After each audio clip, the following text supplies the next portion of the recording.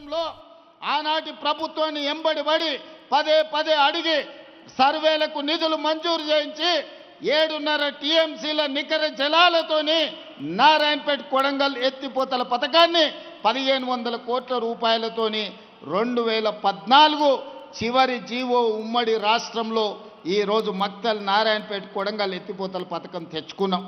నేను అడుగుతున్న ఈనాడు గతంలో 10 సంవత్సరాల అధికారంలో ఉన్న మీరు ఎందుకు మాకు అన్యాయం చేసిరు?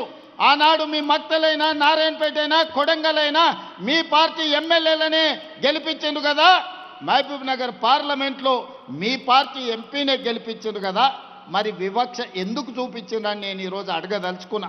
అందుకే మిత్రులారా, శ్రీహరి గారు ఎమ్మెల్యేగా అయిన తర్వాత, డాక్టర్ పర్ణిక ఎమ్మెల్యేగా అయిన తర్వాత, తిరిగి తెలంగాణలో నేను ముఖ్యమంత్రిగా బాధ్యత చేపట్టిన తర్వాత మక్తల్ నారాయణపేట కొడంగల్ ఎత్తిపోతల పథకాన్ని నిధులు ఇవ్వడమే కాకుండా మంజూరు చేసి నిన్నగాక మొన్న 96% భూమి పోయే రైతులను ఒప్పించి మెప్పించి మా మిత్రుడు మంత్రి శ్రీహరి గారు శివకుమార్ రెడ్డి ఇద్దరు అక్కడ రైతులతో మమేకమయ్యి నష్టపరిహారం 100% 100 రోజుల్లో ఇప్పించి ఈనాడు ప్రజల యొక్క అభిప్రాయ సేకరణ కూడా 100% అనుకూలంగా ఇవాళ ప్రజల్ని ఆమోదింపజేసింది. మేము ఉండబట్టి ఈ జిల్లా వాడిని కాబట్టి ఈనాడు ఈ ప్రాంతంలో ఉండే సమస్యల్ని ఈ రైతుల కష్టాలను అర్థం చేసుకొని అది కల్వకుర్తి పథకమైన జూరాల దగ్గర బ్రిడ్జ్ కావాలి, జూరాల కట్ట తెగిపోయేటట్టుంది, ఆ ప్రాంతంలో ఎక్కువగా ప్రయాణం చేస్తున్నారు, దానికి కొత్త బ్రిడ్జ్ కావాలి అని కృష్ణమోహన్ రెడ్డి గారు శ్రీహరి అడిగితే 123 కోట్ల రూపాయలతోని జూరాల బ్రిడ్జ్ను కాపాడడానికి ఇవాళ ఒక కొత్త బ్రిడ్జ్ను మనం మంజూరు చేసుకోవడం జరిగింది. మిత్రులారా, ఇవాళ ఆలోచన చేయండి. ఈ జిల్లాలో ఉన్న పాత్రికేయ మిత్రులకు నేను విజ్ఞప్తి చేస్తున్నా, మీరందరూ కూడా ఈ జిల్లాలోనే పుట్టి ఈ జిల్లాలోనే పెరిగిన పాలమూరు బిడ్డలే. ఈ ప్రాంతంలో ఉన్న ఏ ఒక్క ప్రాజెక్ట్ అయినా 10 సంవత్సరాలలో ఆనాటి ప్రభుత్వం ఎందుకు పూర్తి చేయలే?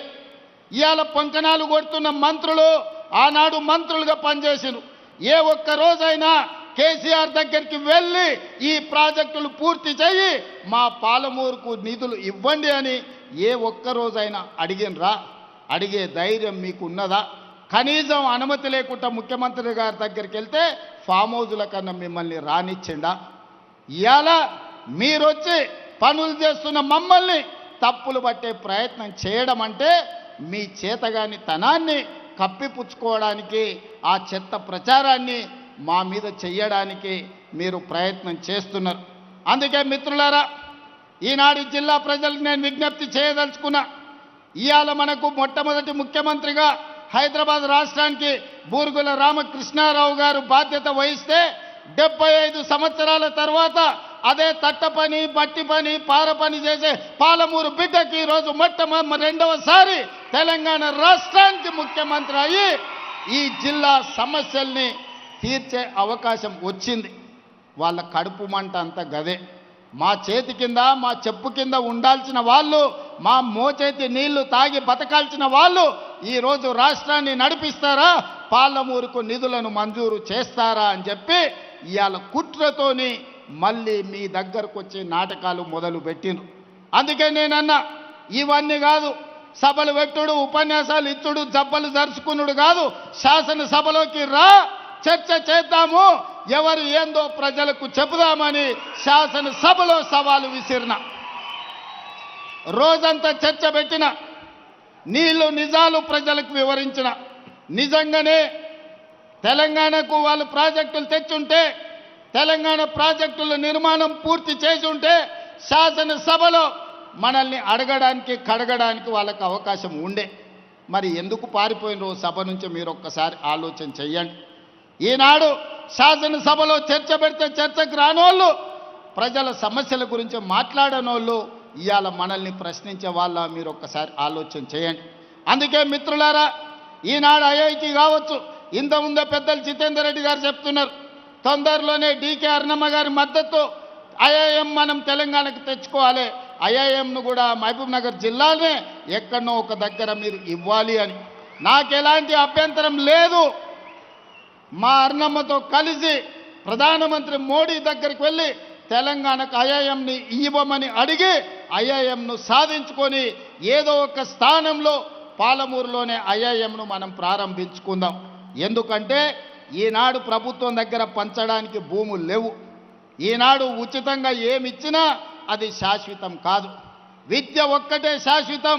ఇవాళ ఈ వేదిక మీద ఉన్న ఐఏఎస్లైనా, ఈ వేదిక మీద ఉన్న ప్రజాప్రతినిధులైనా చదువుకోబట్టే, విజ్ఞానం ఉండబట్టే ఈరోజు రాష్ట్రాన్ని, దేశాన్ని ఏలగలిగిన ఐఏఎస్ ఐపీఎస్ లైన్.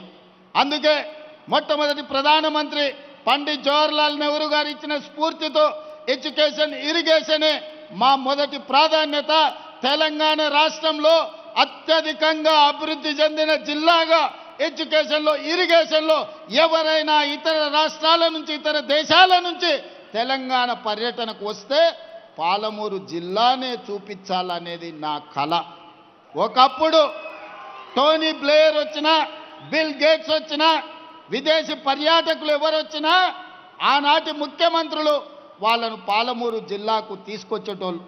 ఎందుకయ్యా అంటే మన పేదరికాన్ని చూపించడానికి, మన వెనుకబాటుతనాన్ని చూపించి, అయ్యా మేమందరం వెనుకబడ్డాం, పాలమూరు వాళ్ళు నిరక్షరాస్యతతో కొట్టుమిట్టాడుతున్నాడు, పాలమూరు జిల్లా ప్రజలు వలసలు పోతున్నారు, తినడానికి తిండి లేదు, కట్టుకోవడానికి బట్టలు లేవు, ఈ పేదరికాన్ని చూసి మాకేమైనా బిచ్చమయ్యా అని అడుక్కోవడానికి మనల్ని చూపించేవాళ్ళు. ఇది ఎంత బాధాకరమైన విషయమో ఒక్కసారి ఆలోచన చెయ్యండి. పేదరికాన్ని చూపించడానికి ప్రభుత్వం గ్రాంట్స్ అడగడానికి పాలమూరు జిల్లాను ఒకనాడు చూపించేది.